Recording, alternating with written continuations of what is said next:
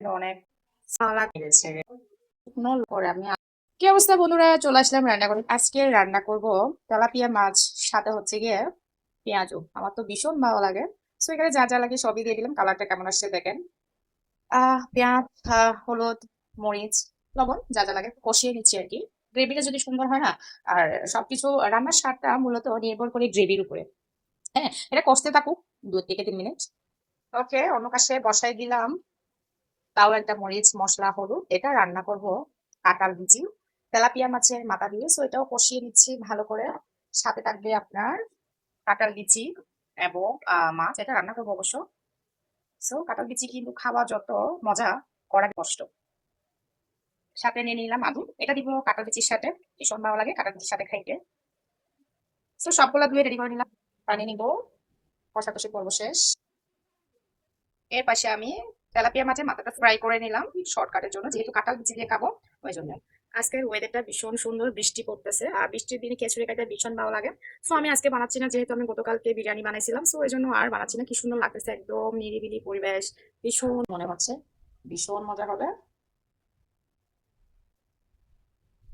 ওকে, মাছের কি অবস্থা দেখি।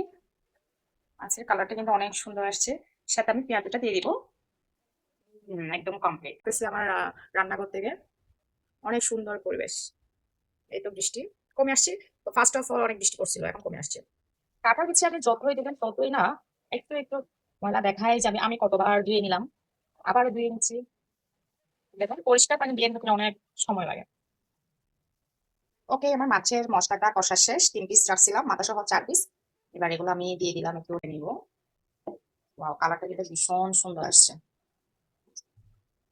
হালকা পানি দিয়ে দিব কষানোর জন্য।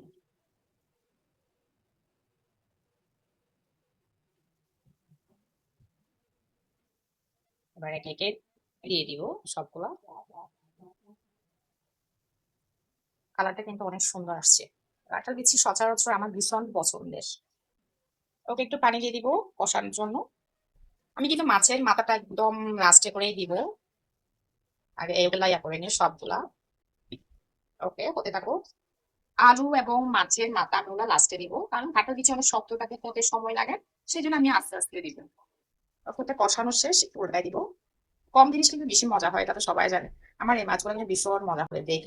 ওকে, আমার কাঁঠাল বিচির কি অবস্থা দেখি। বাবা, হ্যাঁ, এগুলা তো একদম পানি টানির শুকার অবস্থা, কায়েল হয়ে আছে।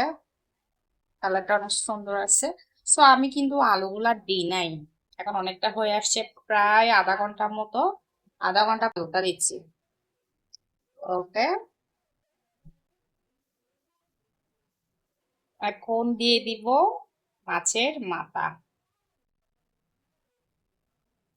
সো অনেক সুন্দর লাগতেছে না? পানি দিব। ওকে, পানি দিয়ে দিচ্ছি। আর দিয়ে দিব 2টা লঙ্কা, আমার ভীষণ পছন্দ, সেজন্য দিয়ে দিচ্ছি। সো আর কি, হতে থাকুক, অবশ্যই জানাবা কেমন হলো।